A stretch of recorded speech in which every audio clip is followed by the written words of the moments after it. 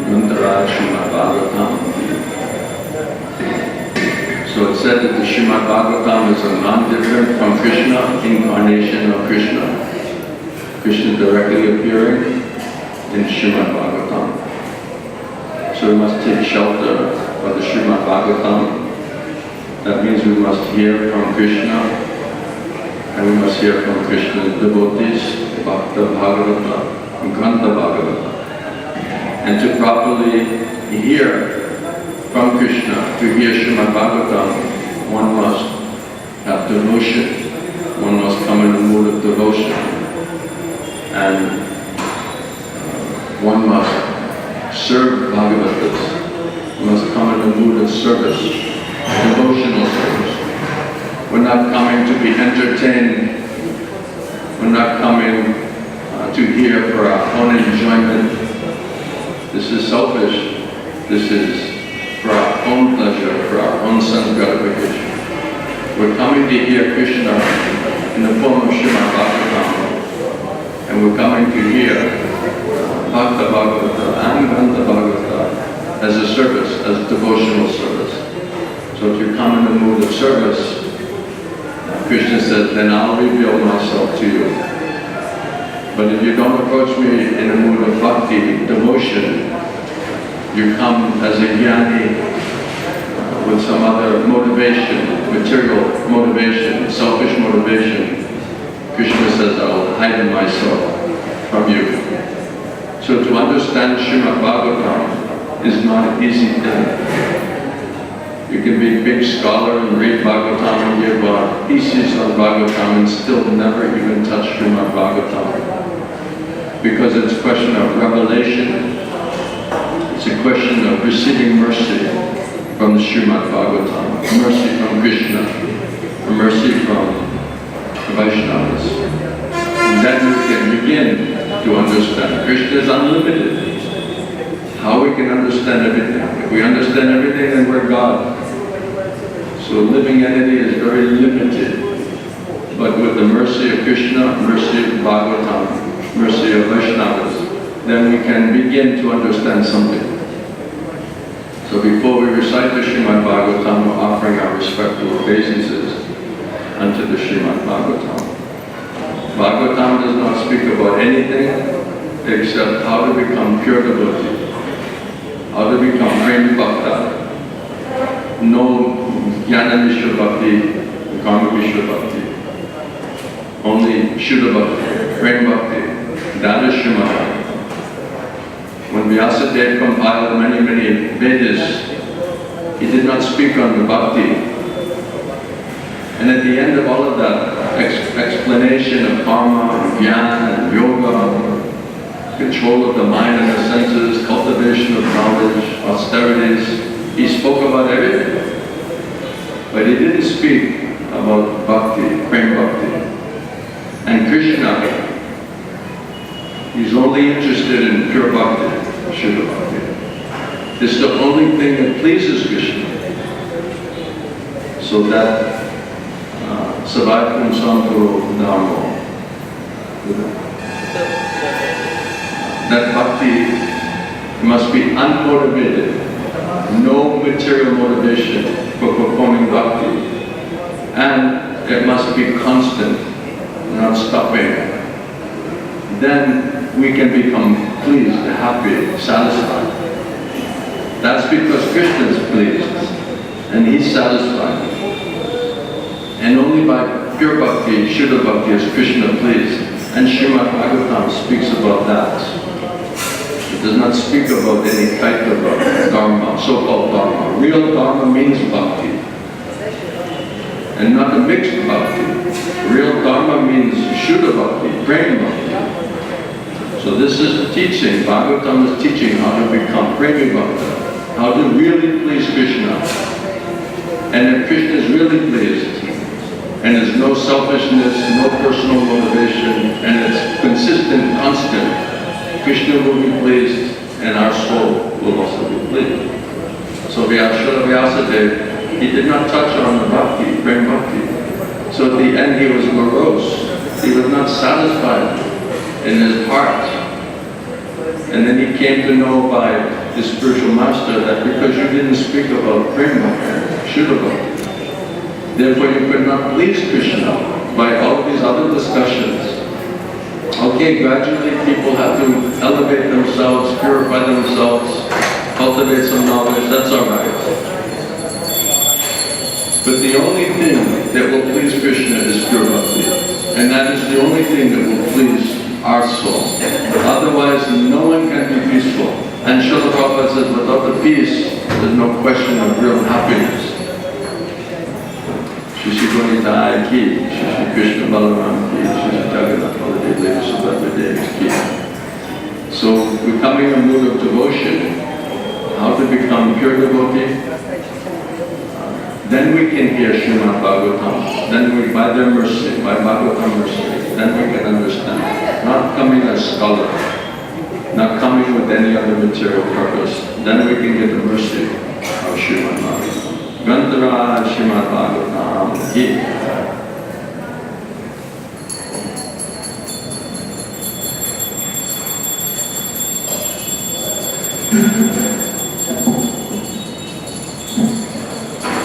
Om Namo Bhagavate Vasudevaya.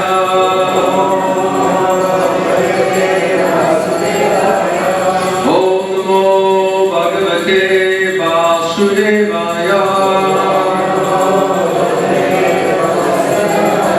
Om Namo Bhagavate Vasudevaya.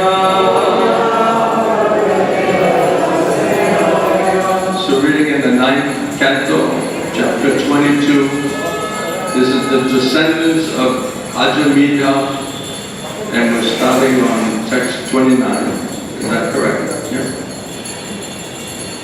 Translation. From Yudhisthira came a son named Pratidya. From Bhima, a son named Shuddhasena. From Arjuna, a son named Shuddhakirti. And from Nakula, a son named Shatanika. So this Shukadeva Goswami explaining the descendants, the Pandatas, as well as revealing in the future the dynasty from the Pandatas. Next text. Sahadevo Supho Rajan Shuddha Karma Tatapade Yudhisthira Tuporavyam Devakota Gato Kacha Bhimasenha Ditim Payam Kalyam Sarvagatasthata Sahadeva Suphotam Tu Vijaya Sutta Parvati. Translation. O king, the son of Sahadev was Shuddha Karma.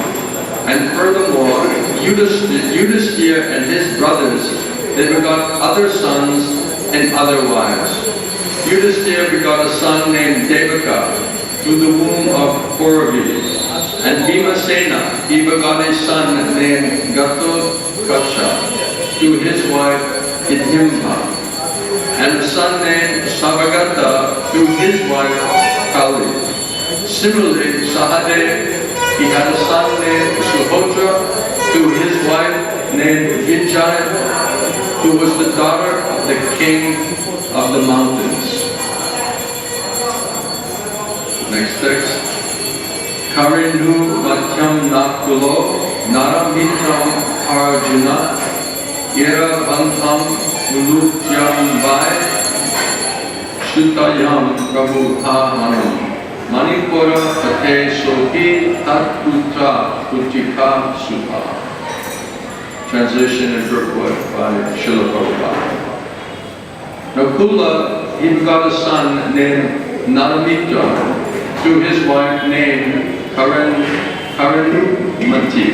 And similarly, Arjuna, he begot a son named Iravan through his wife known as Ulubi, the daughter of the Nagas. And a son named Bhagavahan by the womb of the princess of Manipur. Bhagavahan became the adopted son of the king of Manipur. You've heard of Manipur? Yes, very famous place. Purport by Srila Prabhupada. It is to be understood that Parvati is the daughter of the king of the very old mountainous country known as Manipur state. 5,000 years ago. Therefore, when the Pandavas ruled, Manipur existed, as did its king. Therefore, this kingdom is a very old, aristocratic Vaishnava kingdom. If this kingdom is organized as a Vaishnava state, this revitalization will be a great success. Because for 5,000 years, this state has maintained its identity. 5,000 years Manipur did, from the time of the Pandavas. If the Vaishnava spirit is revived there, it will be a wonderful place, renowned throughout the entire world. Manipur Vaishnavas are very famous in the Vaishnava society. In Vrindavan and Navadvip, there are many temples constructed by the king of Manipur. Some of our devotees belong to that Manipur state. The Krishna consciousness movement, therefore, can be well spread in the state of Manipur by the cooperative efforts of the Krishna conscious devotees. Om Jnana Timarandasha Shalakaya Chakshunritam Jena Tasmai Shri Gurave Namaha. Namo Vishnu Padaya Krishna Krishnaya Bhutale Srimati Govinda Swami Namane. Namo Om Vishnu Padaya Krishna Krishnaya Bhutale Srimati Bhaktivedanta Swami Namane. Namaste Saraswati Devi Gauravani Pacharne Nirvishesha Shringavani Pastita Yeshataya. So this is a description of all of those generations after the Pandavas, leading up to a description of the Manipur. And of course we know the most famous Manipur devotee of Srila A.C. Bhaktivedanta Swami Srila Prabhupada is Sripad Maharaj. Sripad Maharaj ki! So this is a very famous place, Prabhupada says, and very famous devotees. Maharaj is also a famous devotee. Everybody knows him all over the world. Who is Sripad Maharaj? So that kingdom, Prabhupada says, is very old, aristocratic Vaishnava kingdom. If this kingdom is organized as a Vaishnava state, then this revitalization will be a great success. Because for 5,000 years this state has maintained its identity. So Prabhupada is speaking here about how those Vaishnavas, Manipur Vaishnavas, they're very famous in the Vaishnava society. The Gaudiya Vaishnava, they think that we are very famous. And the Arya devotees of Mahaprabhu, they also think that they are very famous. And they are very famous, no doubt. But also Prabhupada is giving glories to those Vaishnavas from Manipur. From 5,000 years back, that's true. They were already doing this bhakti then, right? Yes, yeah, that's true. Mahaprabhu, he came much later. But those Vaishnavas there in the Manipur, they were already worshipping. That's a very good point. And that's coming from someone from Mayapur. So this is a very good sign when we're giving credit to other Vaishnavas. This is Vaishnava quality. And really, Prabhupada says the Manipur Vaishnavas are very famous in the Vaishnava society. So sometimes as devotees, we're saying that we're not running after name and fame and all of these topics, all of this pratishtha. We're not trying to become famous, but yet the Vaishnavas are glorifying other Vaishnavas as being very famous. So I a little bit researching and thinking about what is real fame, because there's also spiritual fame, right? Being recognized by other Vaishnavas, being recognized by the Lord Himself and other Vaishnavas. This is the real fame. And the so-called fame of this material world, Prabhupada calls it, is actually infamous, not famous. We say to the spiritual master, Eva Jasabu Sutribhuvan. We're glorifying them all over the three worlds. Their fame and their glory, all over three worlds. And it's eternal. Eternally it's going on. So that is the real fame. What is this fame of the material world? A couple of moments and a couple of months or years, somebody says, oh, he's famous.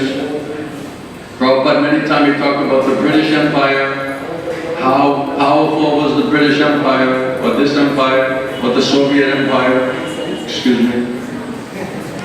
And then Prabhupada says, well, where's your empire now? Where is it now? How long did it really last? So what is that fame of the material world? So Srila Prabhupada is quoting that when Lord Chaitanya Mahaprabhu, he was discussing with Ramananda Roy, he questioned him. And he asked to Ramananda Roy, what is the greatest fame? And Ramananda Roy, he replied to Mahaprabhu that to be known as a pure devotee, Premi Bhakta, of Lord Krishna, that is a perfect fame. This is real fame, this is perfect fame. So that was Ramananda Roy's answer to Mahaprabhu. When Srila Prabhupada is speaking on the fame in the Srimad Bhagavatam, in 10th chapter 4 and 5, Prabhupada says that fame should be according to Lord Chaitanya, who said that a man is famous when he is known as a great devotee. That is a real fame. That is a perfect fame. And if one has become a great man in Krishna consciousness, and it is known, then he is a truly famous person. And one who does not have such fame is actually infamous. Opposite thing.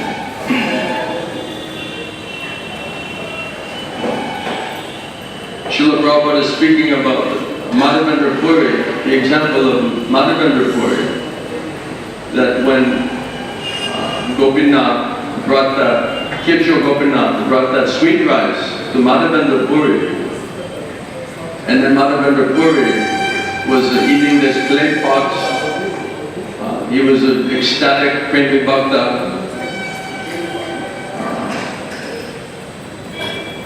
Then when people found out how advanced is Madhavendra Puri, then he became very nervous that people may come and try to glorify me and say many wonderful things about me.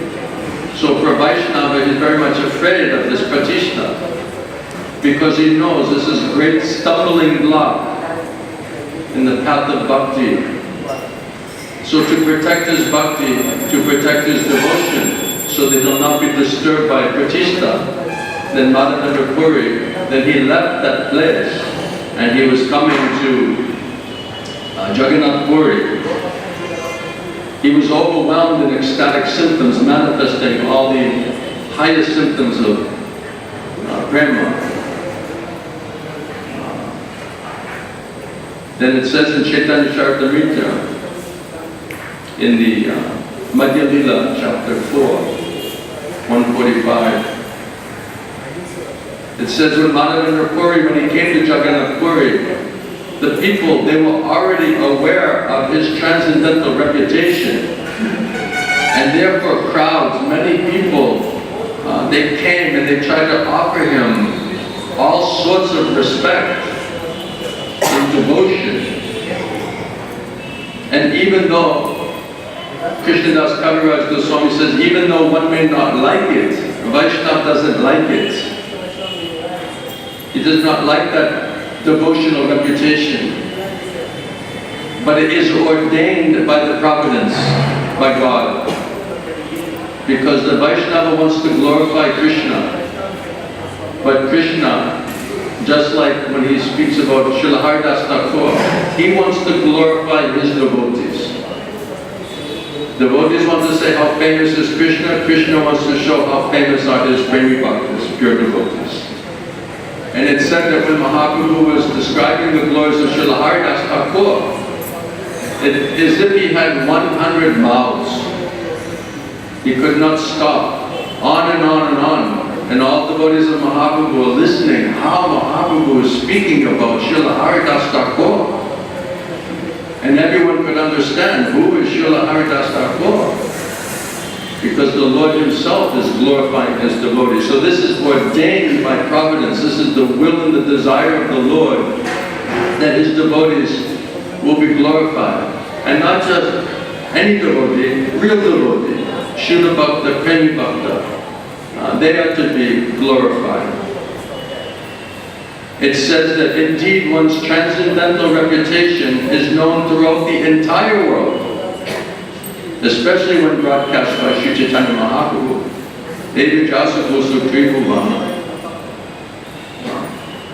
So devotees, they don't like it. They're not interested in it. They're not running behind it. Because they know this will stop my bhakti. This will not please Krishna. And Krishna will not reciprocate with us. Because we're running after some other thing. So real Vaishnava is very careful to avoid this pratishta, trying to become famous, running after name and fame, position, power, name, fame, adoration, distinction. Real Vaishnava, Srila Raghunath Das Goswami says, this pratishta is like a stool of the she-hog. So not interested at all, spitting at it. That person who's really on that platform, he's glorified by Mahaprabhu, by the Lord and his devotees. He becomes famous. Even he's not looking for that fame. So being afraid, it says, Chaitanya Charitamrita, being afraid of his reputation is pratishta. Are we afraid of pratishta? Or are we running after pratishta? Always looking and protecting our prestige. So what is real Vaishnava?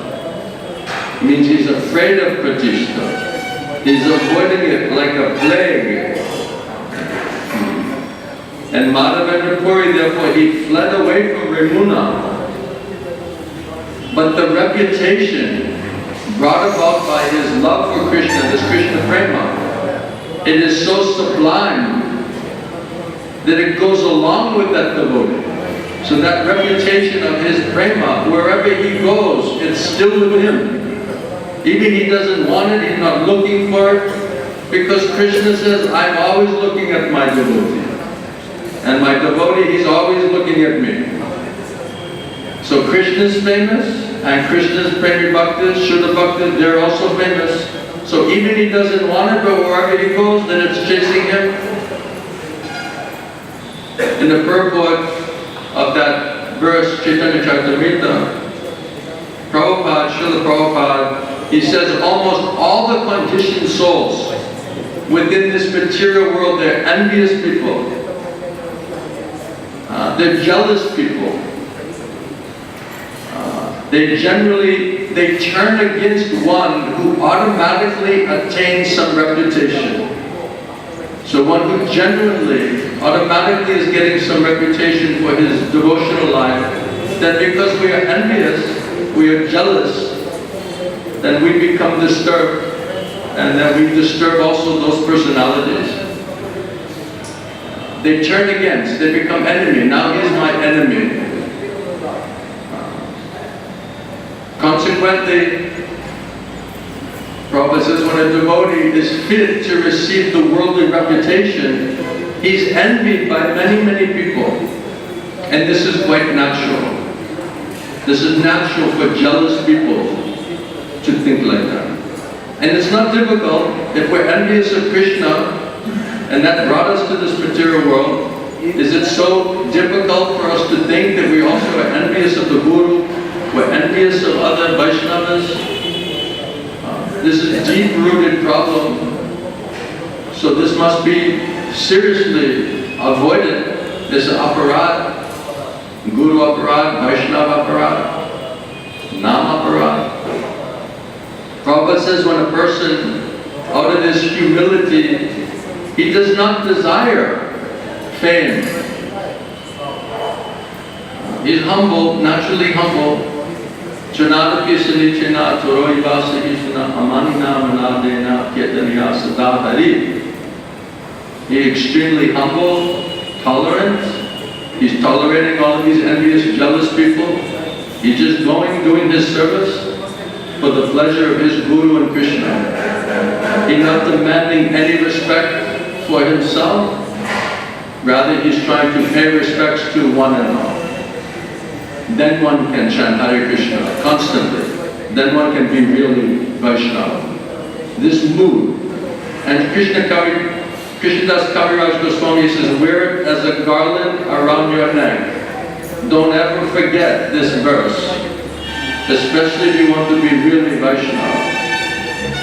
If we forget that verse, then naturally we'll just run after Pratishtha. Name, fame, adoration, distinction, position, power, all of these other materialistic activities which are against pure bhakti, Shuddha bhakti. So when people see, oh, this person is not running after Pratishtha, naturally they think he's very humble, manifesting real Vaishnava quality, and they give him all kinds of respect and fame. But actually, Srila Prabhupada says a Vaishnava, he does not hanker after fame or a great reputation. He's not thinking about it, he's not interested in it, he's running away from it, he's afraid of it. Because his bhakti is more important thing. His Guru bhakti and Krishna bhakti is more important. Therefore he sees this as a great enemy, this Pratishtha. And to get free from Pratishtha is not an easy thing. Gurudev, many times he spoke about this Tyagi, right? He didn't have anything, only kopin. And he's not even staying under the same tree. Every night, different tree, and only kopin. So outside, he has nothing. But inside, he's thinking, oh, nobody is as renounced as I am. No one is as strict as I am. So Gurudev said he's hanging on to that thing. Somebody told me the story of one of these Nagas in the Kumbh, right? They don't have anything, they're naked. Only they have some pot, some stick or something. So then they heard some phone was ringing. And that Baba, you know, he reached inside his body, pulled out cell phone. And started talking on the cell phone. I don't know where you send the bill. Where do you send the bill? There's no, they have no house, nothing. So we're renounced externally, but inside still running after Pratishtha. And it's explained that Pratishtha is the last thing to go. Because this is a subtle sex life. Everybody knows what is gross sex life. But the subtle sex life, this is very, very difficult to get free from that. So unless we get strict, strong words from Sadhu, Guru, Vaishnava, and we hear these examples about those Vaishnavas who are not running after that Pratishtha, and we take the discipline and the sharp words and even the punishment of Vaishnavas, and we become humbled by that, then gradually this Pratishtha can come out of the heart and the consciousness. It's an artha. It's an unwanted thing. Otherwise we cannot progress nicely on our path of bhakti. So Prabhupada said that Madhavendra Puri, he was the king of the Vaishnavas, topmost Vaishnava, Sarvabhauma. He bore his reputation, but he wanted to keep himself out of the vision of the general populace. He was hiding himself. But we want to be the first man, isn't it? Who's the first one to water Tulsi? Who's the first one to stand in front of the deities? Who's the first one who's seen in the public? Who's the first one in the camera, in the picture, in the newspaper? Jesus Christ, he said, that those who are first, trying to put themselves first, they are last to enter the kingdom of God. And those who are feeling that they are the lowest of the low, they are the last. They are the first ones to enter into the kingdom of God. Same point. So when Vaishnava sees everybody fighting over who is first for their name and their fame, they just take a pity on those people. They just feel, oh, they're missing the actual point. They're simply running after name and fame. They're running after the stool of the Shihag, and even though our Gurudev Prabhupada has given us this highest thing, we cannot relish it because we're like a hog, running after the stool. So Prabhupada says, yes, you go try to give some rasgulla to the hog, and he'll reject it. Oh, it's not tasty, it's not nice. But if you come and you give some stool, oh yes, this is very nice food, this is my liking. So if we're running after that pratishta and we're rejecting that rasgulla, which is that prem bhakti, then we are a fool, we're like a hog, running after the stool of the Shihag. So Vaishnava, real Vaishnava who is aspiring for real pure bhakti, he'll never run after that. He'll be afraid of it. He'll be disgusted by it. And we need to hear this. Otherwise, if we don't get purified from that, you live in a society of jealous and envious people. And it does not create a Ram Raj. It doesn't create a spiritual kingdom. Rather, it becomes like a hellish planet. Prabhupada says here, actually a first-class reputation, the perfect fame, that is due to Madhavendra Puri because he was most confidential devotee of the Lord. Sometimes sahajya, or false devotee, he presents himself as being, I am devoid of all desires for this reputation and pratishta. They act dasosmi. They make some false external so-called humility. So externally acting like, the most humble. One devotee said to Prabhupada, Prabhupada, I'm the most fallen. I'm the most fallen. And Srila Prabhupada said, you're not the most anything. Right? We can't just be another fallen soul. We have to be the most fallen soul. Isn't it? So Prabhupada says when those false devotees, they present themselves as being void of these desires for reputation, the pratishta, in order to become famous as a humble man. Oh, he's so humble. Yes. No. Right? Such people, Prabhupada says, they cannot actually attain the platform of celebrated and famous Vaishnavas, because they're just posing. So our spiritual master, really sadhu guru, he speaks the real thing. When I met Gurudev first time, Gurudev said, what is your name? I said, Murali Krishna Das. He said, oh, that's a nice name.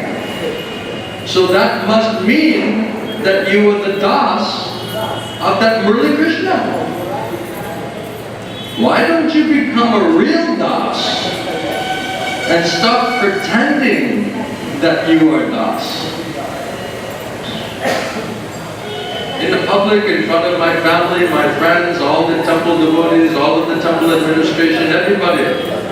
I just met this person and in one moment the first thing he said is, you're pretending to be devotee. You're not a real Das. You're not really surrendered to Guru and Krishna. And it says in the Bengali proverb, right, that when you meet somebody in the public, you should speak some sweet thing, right? Some nice thing. But Srila Prabhupada said this does not apply in the spiritual circle. And the spiritual circle is an unpalatable thing, especially to conditioned soul. Srila Bhaktisiddhanta Saraswati Thakur said that those people who are flattering you, they're not your friend, they're your enemy. And those persons who speak the truth to you, even if it may be a little unpalatable, they are actually your friend. Because they can free you from pratishta if you take it in a nice way. And you can reach your goal, your wish to become really premi bhakta, become really devotee. So they're our best friend. But our mind and false ego says, no, they are to be avoided. They're not cultured, they don't know how to speak, it's very unpalatable. When Sadhu Guru, he's not there to flatter you, he's there to take out anartha. He's there to do surgery on you. And sometimes Gurudev, Vaishnava, they speak very loudly, very heavy. Guru means heavy. His words are very heavy, very weighty, very deep. Some heavy surgery is going on there, yes.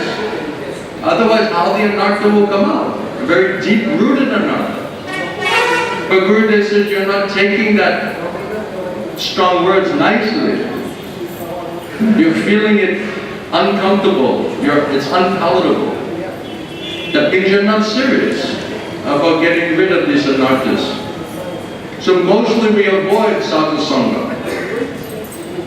And we just, Prabhupada says, you enter into the society of the mutual admiration society, where everyone just flatters each other and glorifies each other with a false humility, so that they can, these are my friends, this is my association, then we can nicely enjoy, nobody will disturb us. That is the enemy to bhakti. So when Gurudev is speaking so heavy, and many of you have same experience, it's painful. Then your mind is thinking, oh, I thought spiritual life is supposed to be sweet and nice, and every step is a dance, and every word is a song.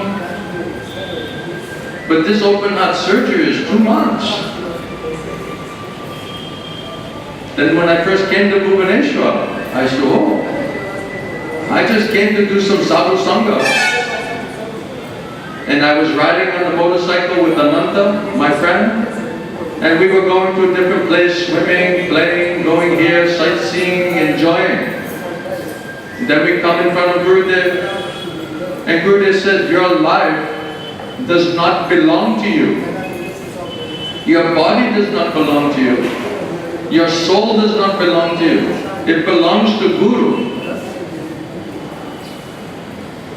Now he'll use you as he likes. Prabhupada said to Gurudev, I want you to be the head. But Gurudev said, I want to be the tail. That's Vaishnava. I don't want to do it. But Prabhupada said, I want that you do it. And Gurudev, okay, Prabhupada. That's Vaishnava. He's not looking for it, he's not running for it, he's trying to avoid it. So we should see the examples, and we should remember, when Gurudev spoke so heavy, most people cannot tolerate it. And Gurudev, I heard one day, here, coming out of the temple after the class, Gurudev said, you see, we're trying to give the highest thing. We're trying to give that Rasgula, that Krishna Prema. But how many people are coming? Very few people come. Why? Gurudev said, why is it like that? Because Gurudev is too heavy. He's too heavy. So Gurudev said, do you think you're going to reach your goal of Krishna Prema by not accepting that discipline of the Guru? Not getting chastised, not getting purified by his strong words. And Gurudev said that when a Guru chastises you and he speaks strongly, it's for our benefit. But if our mind were grumbling and complaining, not taking it nicely, not digesting it nicely, how will it come out? Then you're stuck with that anartha. It's very deep-rooted. That means you can't reach your goal. You can't get Krishna. You can't get Krishna Prema. You can't go back to Godhead. So we're running after the wrong thing. That's our misfortune. That's our foolishness.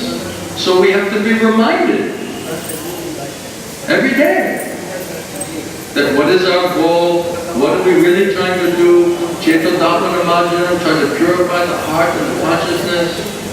Try to be humble, Vaishnava. Wear it as a garland around your neck. Don't run after this name and fame, position, power. If you're qualified in Guru and Krishna one, automatically it will come. You don't have to bother your head. You don't have to make politics to make it a reality. Who's the greatest politician? Krishna. He's the intelligence of the greatest politician. He's the intelligence of the greatest thief. So if you surrender to Guru and Krishna, whatever they want, automatically it will happen. You don't have to stoop down into some material platform and chase after all of these mundane things in the name of spiritual life. Is this right? Am I speaking right then? Hallelujah. Huh? I'm speaking for my own purification and being reminded of Gurudev's instruction. And then Gurudev, when he's speaking so heavy, then he said, Murli, I know my words are pinching you. I know it's painful, but I am not your enemy, Murli. I am your well-wisher, Murli. You understand? I am your well-wisher. Then I could understand. He is really my best friend. Because he's taking a risk to approach this person with such a big false ego. And taking a risk how to cut and how to get rid of that false ego. And that medicine is very nice in the public. Very nice. Sometimes devotees, they would say, Gurudev, I don't mind if you tell me some truthful thing. Yes, it's a little uncomfortable. But why are you speaking in the public? And Gurudev said, because this is a very good medicine. It's a very good medicine. Because now you're exposed. So you want a really nice, high quality, good costing medicine? That means Guru chastises you in the public. And you take it nicely. Yes, what he's saying is true. If you want to be cheated, then we're asking for some cheap medicine. It may work, but it may take a long, long, long, long time. And it's a very deep disease. So it requires to humble ourselves before Sadhu Guru Vaishnavas and to hear their honest advice. Let them speak the truth And let us just admit, this is true. What he's saying is true. Chanakya Pandit said that one who's wise, one who's intelligent, he can take gold even from the most filthy place. Isn't it? So we are nothing. Before we met Gurudev, before we met Prabhupada, came to Iskcon, what do we know? We're just a foolish, sinful rascal. Now, we're trying to follow them, we're trying to hear their philosophy, we're trying to practice it in our life. And if we're coming up somehow by their mercy, and we're saying something and understand something, it's by their mercy. We're running on mercy only. And the second we forget that, then Gurudev says immediately a demon has entered inside of you. Kali has entered inside of you. Now you will fall down. So every moment we should think, this knowledge is not mine. Whatever we're achieving, that is not because of me. This is because of Gurudev, Prabhupada, Shri Guru Granth. Many times people want to glorify Srila Prabhupada. Oh, Prabhupada, you did so many things. You spread Krishna consciousness all over the world. You put a center in every major city. They say so many, because he's famous, they want to glorify. This is pleasing to Krishna. For Prabhupada, he said, no. You people are giving me many, many credits. And you're thinking that I have done many, many wonderful things. But if you want to give me one credit, you can give me this one credit, that I never said one word different from my spiritual master. I didn't add anything, and I did not subtract anything. So if you want to give me any credit, then that thing I just tried to do. And whatever you see that's happening, understand, because I did that, this is all the mercy of my spiritual master. This is the full mercy and potency of Mahaprabhu and Mahaprabhu's parampara. The Vaishnava never takes any credit for himself. He knows what is he. He knows what his previous life was. Therefore, he gives all credit, all glory to his spiritual master and other Vaishnavas who help us to purify and to advance in our spiritual life. So this is my understanding of what it means to become really famous. And although Vaishnavas are not looking for that, it's ordained by the Lord. It's Krishna's arrangement because he wants to glorify them and shine a light on them.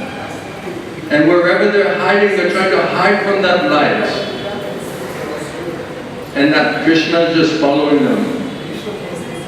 Gurudev just following them. So they're just tolerating it. And just competition, Prabhupada says a competition is going on. The devotee, he's trying to glorify his Guru and Krishna. And Guru and Krishna are trying to glorify his devotee, his disciple. And you see Narad Muni, how many nice Vaishnavas he made, and they would go and they'll travel regarding the Hanta, right? Let's go and see what are they doing. Let's go show how these most fallen people can become elevated by the mercy of Premi Bhakta, Shuddha Bhakta. The prostitute who tried to bring down Haridas Thakur, Srila Haridas Thakur, many people going to see her, she became famous. She's a prostitute. She tried to commit the Vaishnava Aparad, Guru Aparad. But with the mercy, she became celebrated Vaishnava, chanting 300,000 names a day. Because of the mercy of Srila Haridas Thakur. That is, Prabhupada says, how to glorify your spiritual master.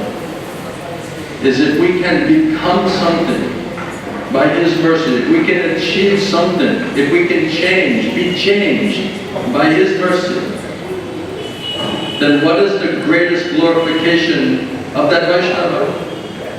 Of his potency and his influence and his purity. When people ask to Srila Prabhupada, Swamiji, show us some miracle.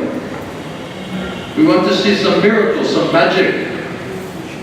And Srila Prabhupada, he pointed to all of his Western devotees and he said, that is my miracle. That is my miracle. Srila Prabhupada ki, Gurudeva ki, Samaveda Bhakta Vrinda ki, Kantaraj Srimad Bhagavatam ki, O Mandir, Hare Krishna. Hare Krishna.